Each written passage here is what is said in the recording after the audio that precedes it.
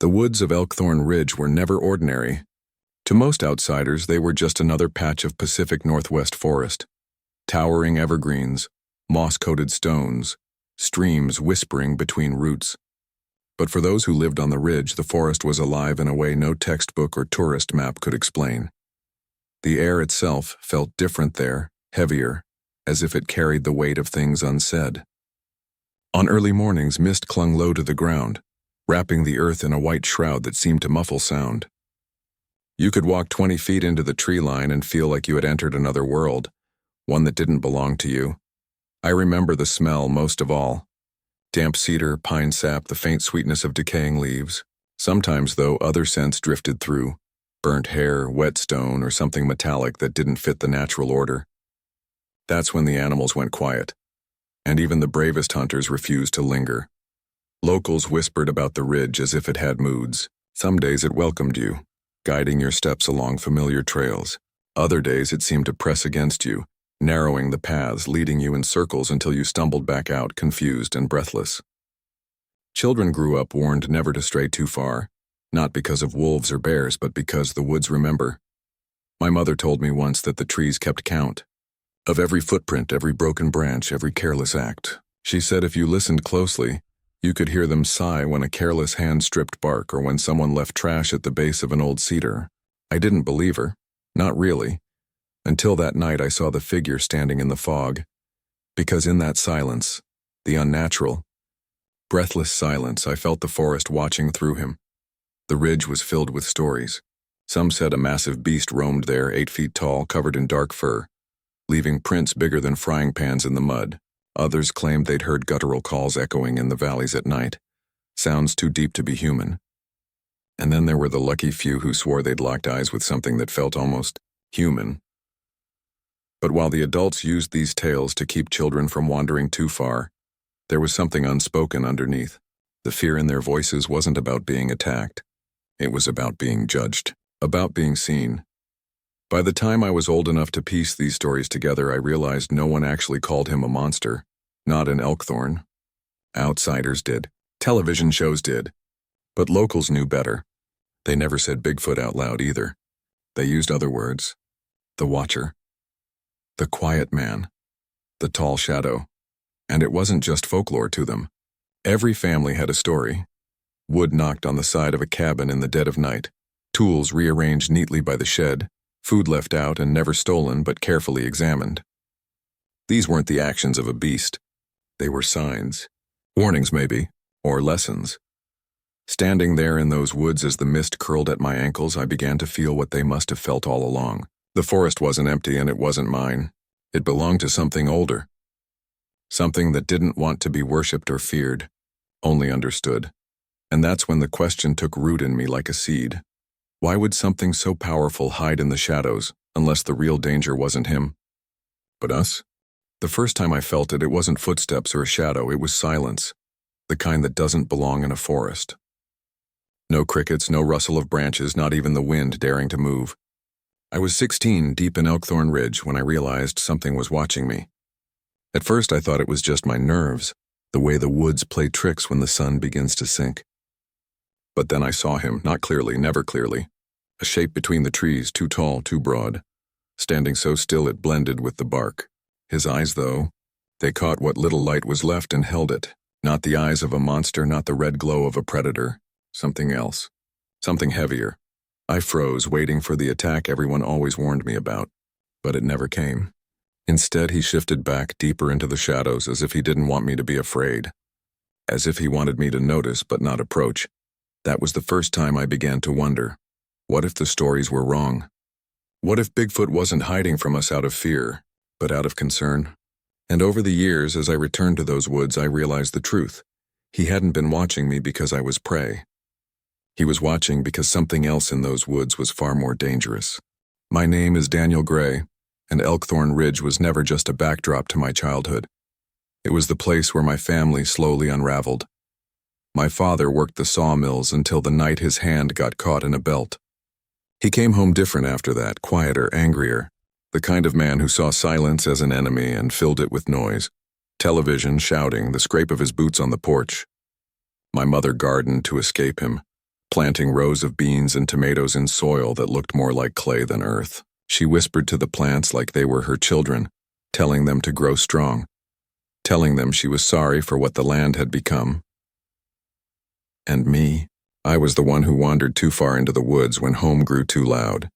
The forest became my escape, but also my burden, because while other kids feared the shadows between the trees, I couldn't shake the feeling that the shadows feared us. The first time I saw him, the Watcher, I was 16, but the truth is he'd been there long before. I remember nights when I was small, lying in bed and hearing 3 knocks on the side of the house. Not random, measured. My father would curse and go outside with a flashlight, find nothing and return more bitter than before. My mother would just shake her head, whispering under her breath, "He's warning us." Those knocks haunted me. I never understood them until the day in the forest when his eyes met mine. My conflict wasn't only with what I saw, it was with what it meant. The world told me Bigfoot was a hoax, a legend, a monster to laugh at or worse to hunt, but my gut told me something else entirely. He wasn't hiding because he was weak. He was hiding because we were dangerous.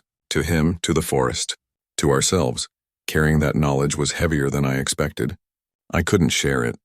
Not with my father, who only saw the forest as lumber. Not with my classmates who sneered at campfire stories. Not even with my mother who believed the woods had a spirit but feared the truth would break her heart. So I carried it alone, like a seed lodged under my ribs. And it grew, because here was the truth I didn't want to admit. I wasn't afraid of the Watcher. I was afraid of what we might do if we ever found him. Every time a hunter bragged about fresh tracks or a tourist carried plaster casts of prints, I felt sick. Not because they might catch him, but because I knew if they did, it wouldn't be a discovery. It would be an execution. That was my conflict, my burden. To know something sacred lived in the shadows of Elkthorne Ridge. Something that was watching not out of hunger, but out of warning. And to know the world wasn't ready to understand it. And so, I kept quiet. For years. But silence only lasts so long before the forest forces you to listen. And eventually, it wasn't just me who was being watched. The second time I saw him wasn't through trees or shadows. It was up close. Close enough to feel the forest shift around us, close enough to realize that nothing I'd been told about monsters was true. It was late October, the kind of night when the air has teeth. I'd wandered farther than I should have, past the ridge where the birches give way to the old-growth pines. My flashlight was weak, its beam cutting a narrow tunnel through the dark. That was when I heard it, the sound no forest should make. A low, rhythmic hum like a growl but steadier, vibrating through the ground itself. I killed the light and crouched, heart hammering, as branches swayed without wind. Then I saw him. Not a blur this time, not a trick of shadow, him, 7, maybe 8 feet tall. Shoulders like fallen logs, fur matted with pine needles and earth. But it wasn't the size that froze me. It was the stillness. He stood there with an awareness that felt deliberate. His chest rose and fell slowly like he was measuring my panic, testing the air for fear. His eyes glowed faintly amber, not predatory red. Watching, calculating. Every instinct told me to run, but something stronger pinned me in place. Maybe it was curiosity. Maybe it was the echo of those knocks on my childhood home. Then, he moved. Not toward me, but sideways, a single step that made the ground tremble. He crouched low, one massive hand brushing the soil, the other hand lifted, palm open, almost human. And then I realized he was showing me something. The earth beneath his fingers shifted. I leaned forward, squinting in the dark, and saw the outline of a circle carved into the dirt. No, not carved, burned. The soil inside was blackened, dead, as if fire had licked it clean. But there was no ash, no smell of smoke. Just a lifeless scar in the middle of thriving forest. His gaze shifted to me, then back to the circle as if to say, "See, understand." I swallowed hard, my breath fogging the air. My fear was still there, clawing at the edges of my mind, but a new feeling pushed against it. Something like trust. Or maybe obligation. Suddenly a branch cracked behind me. I spun, flashlight snapping on, and the beam caught only emptiness. When I turned back, he was gone. Not vanished in a blink, not like magic, just gone, the way a deer disappears in a single bound, leaving nothing but silence in its place. But the circle was still there. I knelt beside it, running trembling fingers across the soil. Cold, dead, a perfect wound in the earth, and though I couldn't explain why, I knew this wasn't his doing. It was what he was warning me about. That night, walking back through the dark with the image of those amber eyes burned into me, I finally understood. Bigfoot wasn't just a legend or a monster lurking in the woods. He was a guardian, and whatever had left that scar, whatever was powerful enough to kill the forest itself, was something he was trying to protect us from.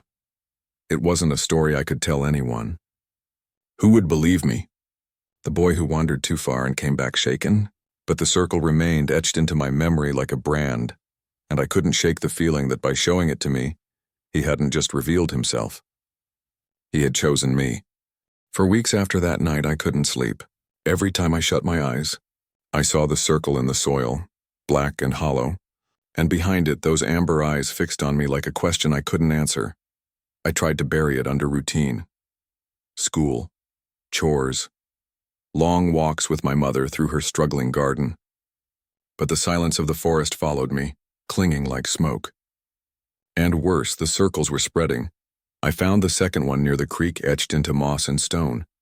The third, days later, beneath the power lines that cut through the ridge. Always the same. Soil stripped bare, life scorched to nothing.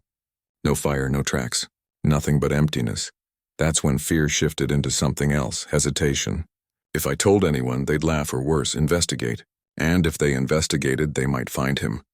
The watcher. The guardian. The one thing standing between us and whatever was poisoning the land. The weight of it pressed on me until I broke. One night, restless under a sky without stars, I grabbed a flashlight and went back to the ridge. The forest was different that night. Not quiet, heavy.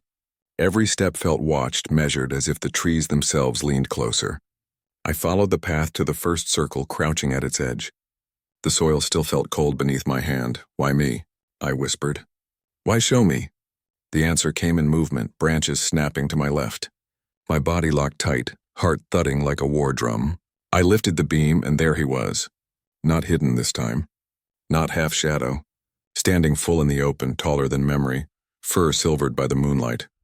My fear rose so fast it burned. Fight or flight screamed inside me, begging me to run. But his eyes held me, steady, calm, insistent. He stepped closer. 1 pace, 2. My breath caught, every instinct screaming monster, while something deeper whispered protector. Then came the sound. A screech, not his, but something inhuman, echoing from beyond the ridge. The air itself seemed to warp, sharp and metallic like steel torn apart. The watcher froze, head snapping toward the sound, muscles tensing like coiled rope. And in that moment, I realized the truth. I wasn't his enemy. I wasn't even the reason he watched. I was just... In the way, fear turned to something sharper, understanding. Whatever haunted the forest wasn't him. It was coming closer. And standing there, caught between the giant and the dark, I knew this was the point of no return. Either I trusted him, or I'd be swallowed by whatever else waited in those shadows. The sound in the woods faded, leaving only the hollow throb of my heartbeat. The watcher, Bigfoot, stood perfectly still, his massive frame outlined by moonlight. I thought he would vanish again, retreat into the shadows as before. Instead, he moved closer. Not a predator's advance, but something slower, deliberate. His hand rose, massive fingers uncurling, palm open. For a heartbeat, I thought he meant to strike, and every nerve in my body braced for impact. But then I saw it, something cradled in his palm, a stone. Not ordinary, not broken from the ridge. Smooth, polished, carved with a spiral that seemed older than language itself. It glowed faintly in the dark, not with fire, but with a pale, natural luminescence, as though it held the memory of the earth inside it. He crouched, lowering himself until his eyes were level with mine. The forest hushed around us. Then carefully he placed the stone at my feet. I stared at it, trembling, afraid to touch it. Yet some part of me knew this wasn't a threat. It was a transfer, a message, a responsibility. When I finally picked it up, heat bled through my fingers, not burning, but alive, pulsing like a second heartbeat. Images surged into my mind. Trees standing for centuries, rivers carving valleys, storms tearing mountains bare. Not visions exactly, but feelings. The weight of time, the patience of something far greater than human lives. And then, just as quickly, it was gone. Only the stone remained, cool once more, silent in my hand. I looked up, searching his face for explanation. But the watcher only watched as if to say, now you understand, and maybe I did. The gift wasn't power. It wasn't protection. It was perspective. The reminder that I was part of something vast, fragile, and ancient. That the scars in the earth weren't random, and that whatever force was burning the forest, it was my burden too. In that moment, fear loosened its grip on me. I wasn't chosen because I was special. I was chosen because I was there, because I'd listened, because I'd seen. The transfer wasn't about strength. It was about responsibility. And with the stone warm in my palm, I knew the shadows no longer belonged to him alone. They belonged to me too. The forest was never silent again after that night. Not for me. Every step I took, I carried the weight of the stone, the echo of his eyes, and the memory of that inhuman screech beyond the ridge. I returned often, drawn back by equal parts fear and duty. Each time the woods felt changed, more alive, more fragile. The circles still appeared, scars spreading like a disease through Elkthorne. But now when I found them, I understood they weren't warnings meant to frighten me. They were messages, boundaries, places where something unnatural pressed against the skin of the earth. And always, somewhere just out of sight, he was there, the watcher. Not haunting me, not hunting me, but guarding. Sometimes I'd catch the faint ripple of movement between the pines. Sometimes the echo of those deliberate knocks against the trees. He never came closer, never spoke, but he didn't need to. His presence was enough. In time, I stopped seeing him as a monster. Even the word guardian felt too small. He was part of the forest the way rivers are part of mountains, the way roots are part of trees. His strength wasn't just in size, it was in patience, in his refusal to abandon us even when we gave him every reason to. The gift he left me, the stone, still lies on my desk, dull to anyone else's eyes. To me, it's a reminder that what we call legends are often just truths we aren't ready to face, that the things we fear in the dark may be the only ones keeping the real darkness at bay. I don't know what's coming for Elkthorne Ridge. The scars grow deeper, the nights longer. But I do know this, we were never alone out there. We were never unwatched, and maybe that's the lesson he wanted me to carry. That sometimes the monsters in the shadows aren't the ones we should fear. Sometimes they're the ones who fear for us. So, what do you think really walks between the trees when no one's watching? Some call them myths, others call them monsters. But if the shadows of Elkthorne Ridge taught me anything, it's that sometimes the truth doesn't fit neatly into either. Maybe Bigfoot isn't a beast hiding from us. Maybe he's a sentinel, watching because he knows what's coming long before we ever will. And that leaves us with a question I can't shake. If he's guarding the forest from something worse, what happens the day he's no longer here? The footprints, the whispers, the offerings left in silence, they aren't just legends. They're pieces of a puzzle we've been too afraid to solve. Do you believe he's out there keeping watch? Or do you think it's all just coincidence, a story built from shadows? Let me know what you think in the comments. And if you want more untold stories like this, cryptids, mysteries, things that blur the line between folklore and reality, make sure to subscribe. Because some secrets were never meant to stay hidden.